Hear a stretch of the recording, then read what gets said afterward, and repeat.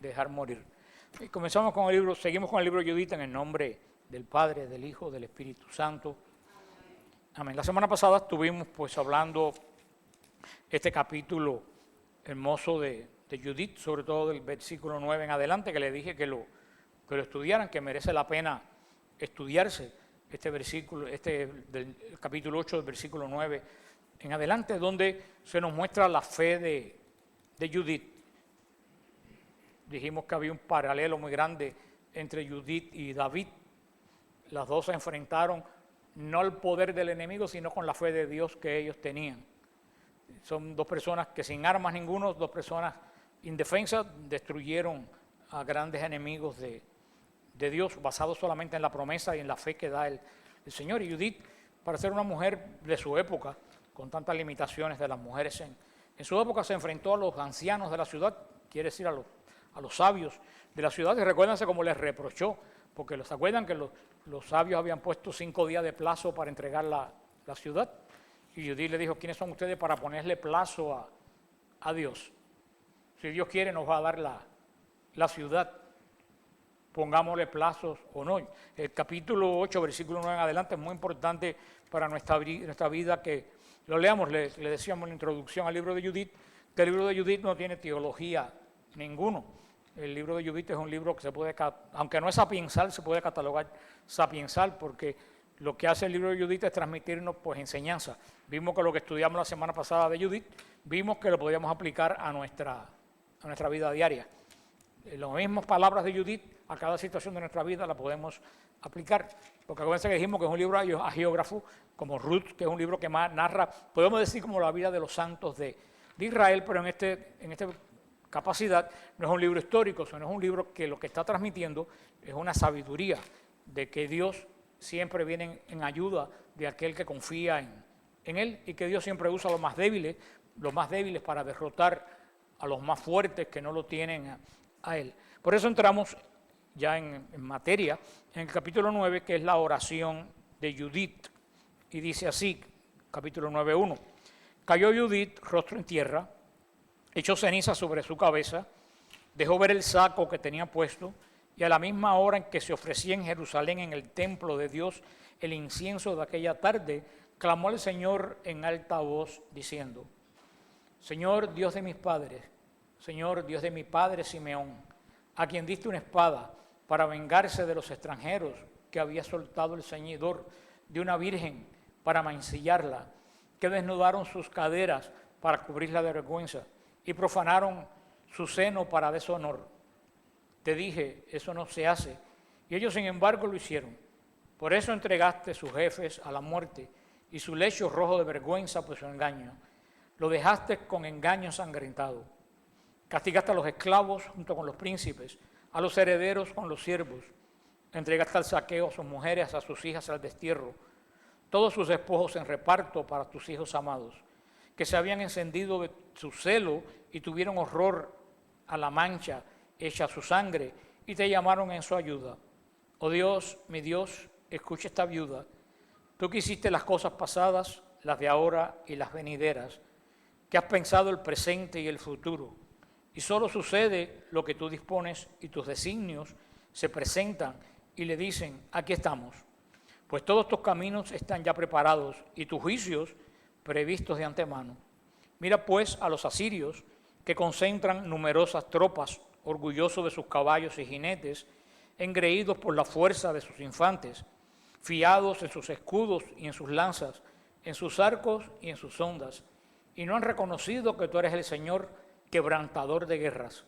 Tu nombre, Señor, quebranta su poder con tu fuerza, abate su poder con tu cólera, pues planeaban profanar tu santuario, manchar la tienda en que reposa la gloria de tu nombre y derribar con hierro el cuerno de tu altar. Mira su altivez, desata tu ira sobre sus cabezas, da mi mano de viuda, fuerza para lo que he proyectado, y era el esclavo con el jefe y al jefe con su siervo. Pon la astucia de mis labios, abate su soberbia, pon mano de mujer. No está en el número tu fuerza, ni tu poder en los valientes, sino que eres el Dios de los humildes, el defensor de los pequeños. apoyo de los débiles, refugio de los desvalidos, salvador de los desesperados. Sí, Dios de mi Padre y Dios de la herencia de Israel, Señor de los cielos y la tierra, Creador de las aguas, Rey de toda tu creación, escucha mi plegaria. Dame una palabra seductora para herir y matar a los que traman duras decisiones contra tu alianza, contra tu templo santo y contra el monte Sión y la casa propiedad de tus hijos. Haz reconocer a naciones y tribus que tú eres Yahvé, Dios de toda fuerza y poder, y que no hay protector fuera de ti para la estirpe de Israel. Amén. Esta es la hermosa oración de Judith. Vemos que nos los presenta Judith. ¿Se acuerdan qué quiere decir Judith? Judía. Judith, que es un nombre genérico, la judía. Esta judía que representa a todo Israel y que no solo representa a Israel, que representa Jerusalén. Aquí Judith está describiendo Jerusalén asolada por los asirios años antes. Por eso es que el lugar donde nos pone la escritura, nos pone este libro agiógrafo, nos pone donde nació Judith, la ciudad de Judith, Betulia. ¿Se acuerdan qué quiere decir en hebreo? La Virgen. Betulia quiere decir la Virgen en el idioma en ese momento. Por eso sabemos que esa Betulia, que no existe en el mapa de Israel, por mucho que se busquen, era Jerusalén. A Jerusalén se le decía la Virgen de Israel, se le llamaba a Jerusalén. Por eso todo esto es un libro pues lleno de mucho simbolismo. Por eso nos ponen a esta judía, que es una judía piadosa, una judía cumplidora de la ley, una mujer que cumplió una vida de honestidad. Por eso nos pone que viuda ya se dedicó a cuidar su herencia y a hacer buenas obras y a la oración y al ayuno. Muy parecido a quién del libro anterior,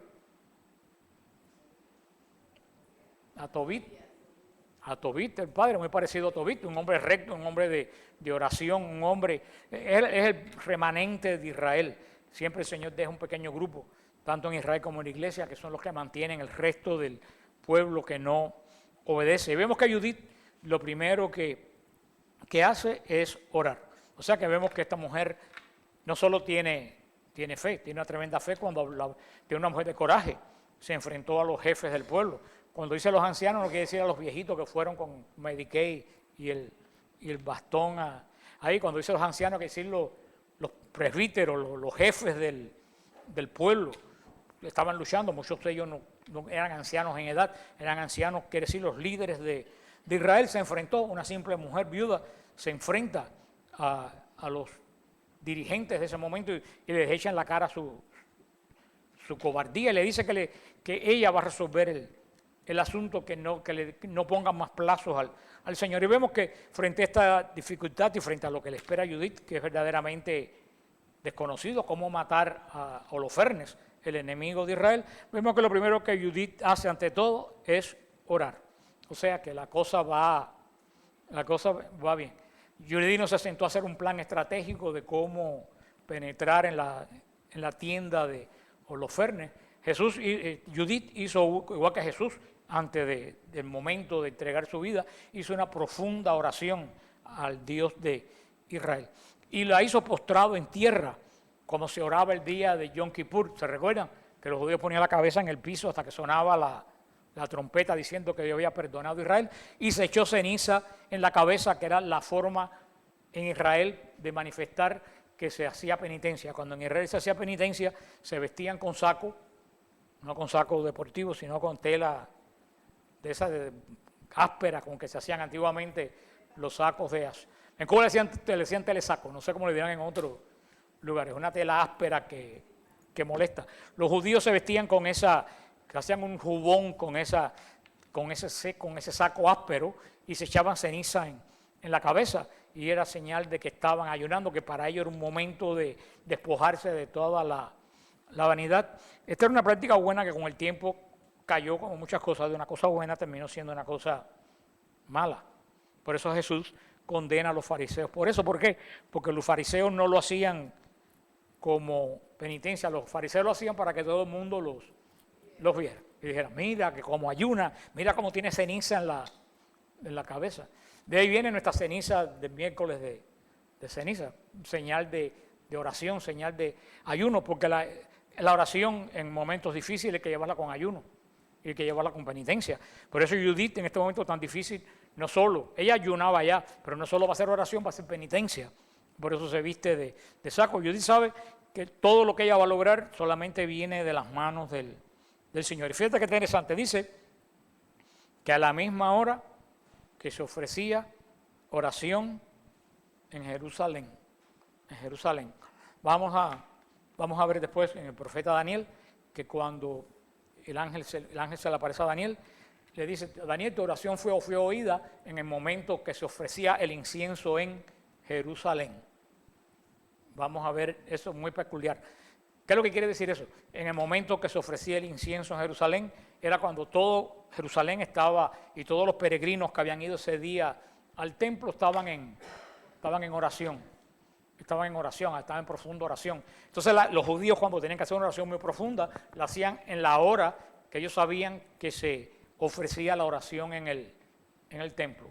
Porque cuando se hacía la oración en el templo, estaba el sacerdote orando, estaban los levitas orando y estaban toda la casa de Israel presente orando. O sea, era una oración reforzada.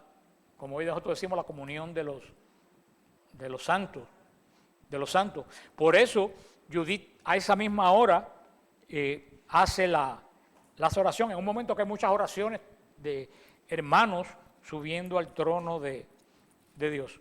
María Angélica siempre recomendaba, y yo siempre he tenido esa práctica, que cuando uno está en un apuro, ofrecerle a Dios todas las Eucaristías que se están levantando en ese momento en el mundo. A Dios. Porque en cualquier segundo que tú puedas mirar el reloj, en cualquier lugar del mundo se están ofreciendo en ese momento por lo menos 20 Eucaristías. En cualquier segundo. Las Eucaristías no paran, porque cuando aquí es de noche, en el otro lado es de día. Cuando aquí es de mañana, en otro lado es de la tarde. Y cuando aquí es de la tarde, en otro lado es de mañana. O sea que siempre hay Eucaristía subiendo al cielo. Por eso uno cuando quiere ofrecer por un difunto, cuando se entera que alguien muere, cuando tiene un problema, pues dice: Señor, te ofrezco todas las Eucaristías que se están elevando al cielo en este momento en el mundo por tal petición. Tal como Judith lo hizo a la hora que subía el incienso en Jerusalén, cuando subía toda oración, cuando el ángel del Señor llevaba las oraciones al cielo. Y Judith, como toda buena judía, hace la composición como lo hace el pueblo judío. Siempre comienza la oración recordando que Dios es el Dios de nuestros padres. O sea, siempre todos los judíos comienzan Baruch atah Adonai, bendito sea Dios de nuestros padres.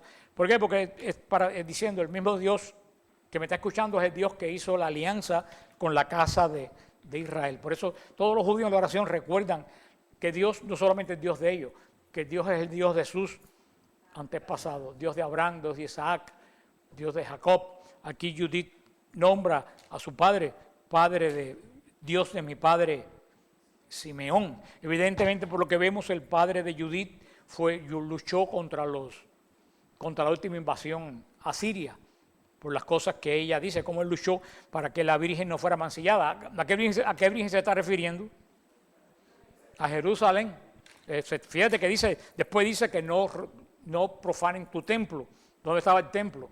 En Jerusalén. O sea que todo esto que hace aquí no es una persona. Ella está refiriéndose a Jerusalén, la que no debía ser corrompida por ningún otro esposo que no fuera el Dios de Israel.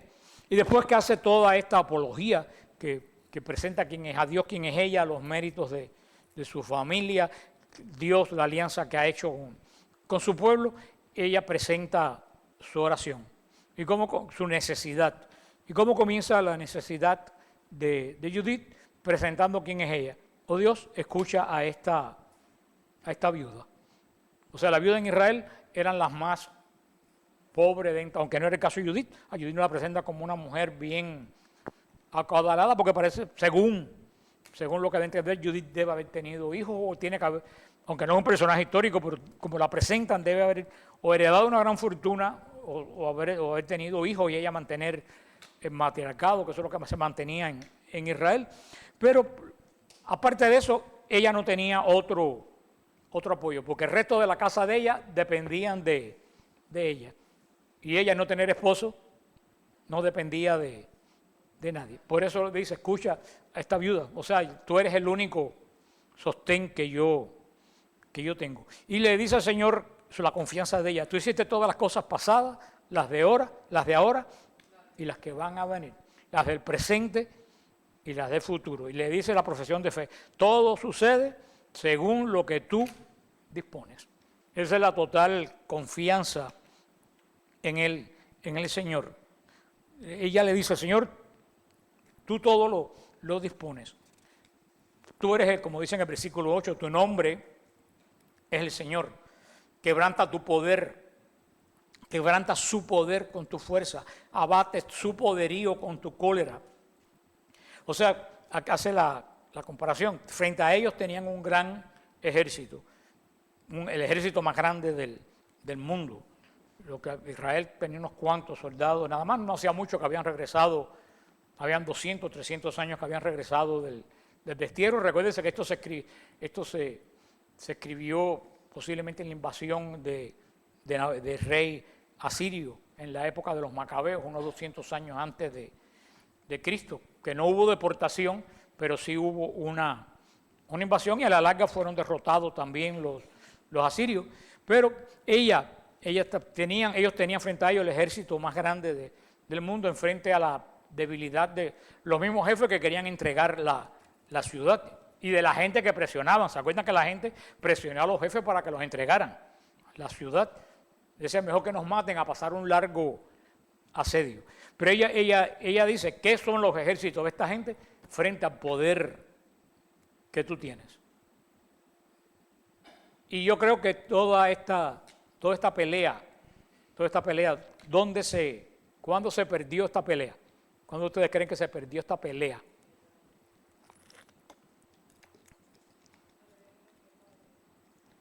Si me hablan así, yo no tengo idea de lo que me dicen. Yo me estoy quedando sordo, tienen que hablarme con ánimo. Que cuando esta pelea ya se había perdido, en este momento, antes que Judith fuera, esta pelea estaba perdida. ¿Cuándo qué? Ustedes también, pero no. También lo que ustedes han dicho tiene sentido, pero no, se les ha olvidado en las clases anteriores. Esto se perdió cuando Nabucodonosor, ese Holofernes dijo, a mí no me importa el Dios de ellos, yo tengo más poder que el Dios de ellos. Ahí se perdió la batalla. Ahí se perdió la batalla. Antes que entregaran la ciudad, antes que se quejaran. Holofernes dijo, el Dios de ellos no me importa, el poder lo tengo yo. Mira, hermano, cuando tú desafías a Dios de esa forma, ya tú perdiste la batalla. Las demás son las consecuencias. Desde ese momento ya sabemos que el Dios de Israel no va a permitir que venga un pagano a retar el poder del Dios de Israel. Más cuando el pueblo hasta ese momento no había cometido nada contra la alianza de Dios. El pueblo hasta ese momento era fiel. A última hora dijeron, vamos a dejarlo entrar, pero no había habido pecado como cuando Jeroboam fue destruido no por la fuerza de Nabucodonosor. Israel fue destruido por los pecados internos de Israel.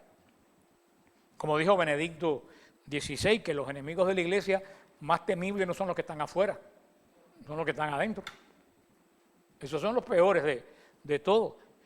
O sea, que vemos cómo una de las cosas que más hace que las batallas se pierdan es la soberbia. Cuando confiamos, inclusive nosotros los católicos, cuando confiamos mucho en nuestra fuerza y no en el poder de Dios. Judith nos enseña que en muchas ocasiones, ante cualquier situación de problema, ¿qué es lo primero que tenemos que hacer? Orar, no solo orar, y ayunar y hacer penitencia. Orar, tenemos que orar siempre, pero cuando hay un problema grave, la oración tiene que ir acompañado con el ayuno.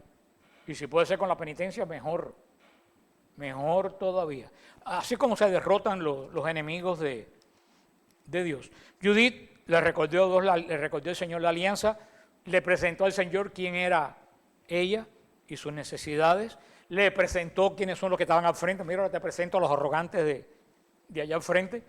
Mira, los necios, la que débil y los arrogantes. Diría Judith, mira lo bien que estamos representados todos aquí. Pero eso ella hace profesión de fe en el capítulo 11. No está en el número. O sea, dice Judith, tu fuerza, Señor, no está en el número, ni tu poder está en los valientes, sino que eres el Dios de los humildes, el apoyo de los débiles, el salvador de los desesperados. Ese es el resumen del libro de Judith. El Señor usa los más débiles para vencer lo más fuerte. Eso es lo que dice María en Magnificat. Miró la humildad de su sierva. Ninguno de los profetas, ni Moisés ni Abraham pudieron derrotar a Satanás, y María lo hizo. Lo hizo San Pablo. El Señor siempre usa lo necio para derrotar a los sabios. Así que si tú tienes muchos conocimientos de Dios, en el caso mío también, pues en vez de ser inteligente, tú eres necio. Por eso el Señor te llamó, porque a los sabios el Señor no los llama. Y dice San Pablo, ¿a quién llama el Señor? Tienen miedo de decirlo. A los necios. A los necios. Todos esos teólogos que tenemos hoy en día con tanta sabiduría, ¿qué aportan a la iglesia? Horrores y errores, es lo que aportan a la iglesia. ¿Qué ha pasado con muchas partes de los jesuitas? La orden de personas más, perdóname, que tú trabajas en el Jesús. Los de aquí no, los de aquí son de todos los que yo conozco, son los más, y no porque estás tú presente, y son buenos confesores. Pero miren qué está pasando con los de jesuitas, las declaraciones del superior de los jesuitas. Ha habido que excomulgar a 3 jesuitas en el pontificado de Benedicto XVI, y supuestamente es la orden de personas más inteligentes de toda la iglesia. ¿Qué ha pasado con toda esa inteligencia muchas veces cuando es solamente inteligencia humana? Lo único que hace es traer y problemas a la iglesia. ¿Y cuántas viejitas vemos? ¿Cuántas personas que no han estudiado y el Señor le da un discernimiento tremendo? Por eso muchas veces cuando el Señor nos ha dado dones de enseñar y todo eso, sobre todo en internet, que yo veo que hay una, ahora me voy a buscar más lío yo también. Hay una horda de apologistas en el internet que andan alándose las greñas unos con otros. Ya no nos fajamos con los protestantes, ahora nos fajamos entre nosotros. Y hay que ver las cosas que porque yo me mantengo ajeno a todo eso, sinceramente. Pero si el Señor te ha dado un conocimiento, no te lo ha dado porque tú eres inteligente, te lo ha dado porque tú eres necio. Porque el Señor quiere que toda la gloria sea para Él. Y lo reconozco cuando me preguntan, ¿qué has estudiado? Digo, nunca he estudiado nada. Ahora cuando fui a Perú, ¿qué títulos te podemos? Yo les pongo hijo de Dios porque no tengo más ninguno. Pero tú oyes los doctores y los PhD, cuando yo veo PhD, doctor, yo digo, A mí me han puesto doctor en EWTN, pero en la página web, pero ya yo no tengo a quién clamar para que me quiten el título de doctor. Porque yo no sé quién lo metió en la página, lo quitaron, pero sigue puesto en las preguntas. Yo le digo, yo no soy doctor, estoy haciendo un ridículo ahí, ¿doctor de qué? Y verdaderamente, eso es lo que pasa con Judith, es el tema central de Judith. El Señor usa a lo necio, a lo débil, a lo que verdaderamente nadie se fija para hacer su obra. Yo creo que yo les he hecho el cuento, porque yo estoy como mi abuela. Yo hablo en tantos lugares que a mí se me olvida dónde dije las cosas y repito ya las cosas, no me vayan a hacer el muñeco. Porque en Cuba cuando uno repetía las cosas, cogían una cosa y hacían así, y uno decía, y eso a veces para que le hagas el cuento al muñeco, porque ya a mí me lo hiciste. Pero nosotros cuando éramos muchachos íbamos a una iglesia por allá, por las lomas de mi pueblo que se llamaba Varela. Era una capillita en el medio de las montañas que el sacerdote, no había forma, la única forma que había de llegar era a pie. El sacerdote de nosotros tenía 70 y pico de años, estaba enfermo del corazón. Él iba una vez al mes, qué sé yo, cuando podía, cuando se conseguía algún otro cura que, mientras tanto nosotros éramos los que íbamos y hacíamos celebraciones de la palabra y llevábamos la comunión y eso. La iglesia no tenía ni techo porque el último huracán le había volado el techo y no se lo habían podido poner. Era una cosa a la mitad de esta, pero tiene una comunidad muy hermosa de campesinos que se congregaban allí, y había una señora que se llamaba Manuela, una señora encorvada, y ella no tenía ni bastón, ella caminaba con un palo de guayabo, aguantándose una rama así toda nudosa. Ella vivía en una casa, un bohío frente a la capillita, y cuando nosotros íbamos, ahí dábamos nuestras explicaciones a la gente, que yo ni quiero saber qué explicaciones habríamos dado nosotros en esa época. Cuando dábamos nuestra explicación en nuestro sermón de la celebración de la palabra, cada rato Manuela interrumpía la predicación o la clase, y ella decía, no, porque dice Hechos 36, 24, y empezaba. Entonces cuando Manuela hablaba, todos nosotros nos quedábamos y nos sentábamos a oírla. Y una vez yo le dije a Manuela, cogí una Biblia y le dije a Manuela, explíqueme este versículo que está ahí. Me dice, hijo, yo no sé leer. Y yo dije, ¿cómo que tú no sabes leer? Dice, no, yo no sé leer, yo nunca aprendí a leer ni escribir. Y dije, ¿cómo tú citas los versículos bíblicos? Dice, porque mi nieto me lee la Biblia por la noche. Y ella nos daba clase a nosotros, interpretando las escrituras, de la sabiduría que tenía Manuela. Cuando ella nos veía venir por el camino, ella, que era una anciana, muy anciana, ella se arrodillaba en el piso, porque sabía que nosotros traíamos la Eucaristía. Y nosotros decíamos, Manuela, no te arrodilles, y ella se postraba en el fango. Tú sabes, ustedes que son del pueblo, tú sabes de dónde era, los 3 marieleños que hay por aquí, está entre Cabaña y Quiebracha. Se llama Varela. Uno se baja a un lugar ahí y sube unas lomas para. Y esa mujer no sabía leer ni escribir. Esas son las mujeres que da la iglesia como Judith. Y otra de mi pueblo, que ustedes no conocen a ella, pero sí conocen a uno de sus descendientes, a Padre Navarro, es de San John Newman, ¿no?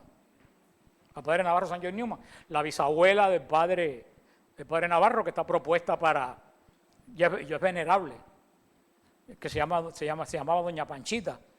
Ella está preparada para venerable. Ella vivió en la guerra de independencia de Cuba, más para allá, llegando casi al borde de Pinar del Río. Ahí sí eran como 3 horas de camino en una loma para poder llegar, caminando, no había camino. Y ella hizo una capilla allí a la Virgen de las Nieves, con un calor de espanto, que un día íbamos el secretario del nuncio y nos dijo, ¿pero a quién se le ocurrió meter a la Virgen de las Nieves en este infierno? Yo no sé cómo la Virgen de las Nieves llegó a ese lugar. Pero cuando nosotros íbamos, en la peregrinación era el 5 de agosto, que era la Virgen de las Nieves. Y cuando nosotros íbamos de jóvenes en peregrinación a la misa, que fue cuando íbamos una vez al secretario del nuncio, Monseñor Zambi, que después fue nuncio apostólico aquí, murió de cáncer aquí en Estados Unidos hace 2 o 3 años. Cuando nosotros íbamos allá, que íbamos parando en la casa de los campesinos, todas las casas de los campesinos tenían fotos de Pablo VI, que era el Papa en ese momento, y todos los campesinos venían a misa. Y después nos explicaron que Doña Panchita fue quien evangelizó esa zona en el siglo XIX, y era madre, creo que de 16 hijos. Entre sus descendientes hay como 7 o 8 sacerdotes. Uno de ellos es el Padre Navarro. Y Doña Panchita lo mismo era partera, que era predicadora, que daba clase de catecismo.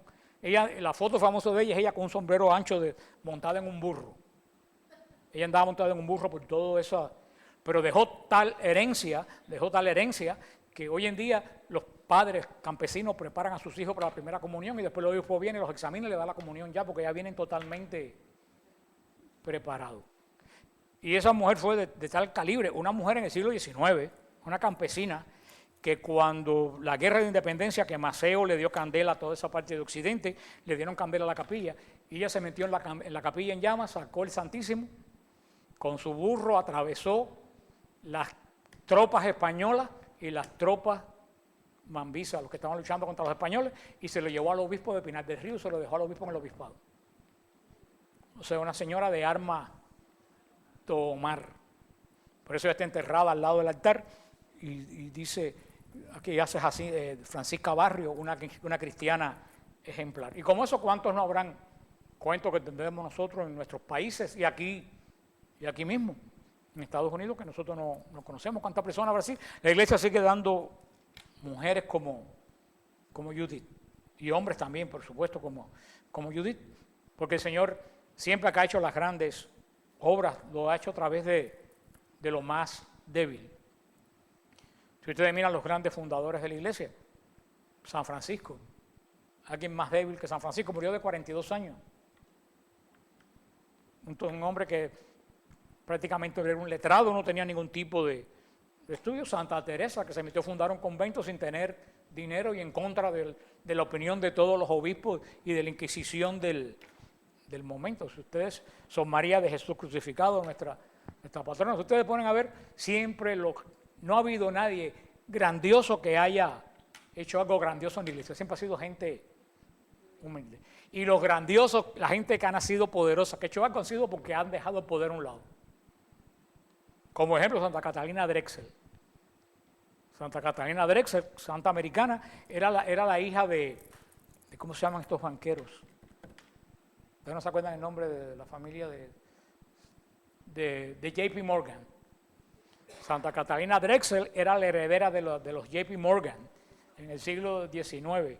Y cuando los padres de ella murieron, la mitad de toda esa fortuna le tocó a ella. Y ella le dio toda la fortuna a los pobres, se hizo monja y empezó a abrir escuelas en los barrios negros y en los barrios indios a enseñar a los niños. O sea que esa mujer que nació con mucho poder para llegar a ser grande, ¿qué es lo que tuvo que hacer? Hacerse humilde, hacerse pequeña. Eso es lo que el libro de Judith, que nosotros creo que cantamos esta noche o la semana pasada, que dice el cantito ese, no es con espada ni con ejército, sino con tu santo espíritu. Así como se derrotan a los poderosos de la tierra. Los poderosos pasan, pero siempre los humildes que el Señor escogió, esos prevalecen y están escritos en el libro de la vida. La semana que viene pues seguimos con el capítulo 10, 11. Ay, gracias que me recordaste, sí. La semana pasada se me olvidó. Hay algunas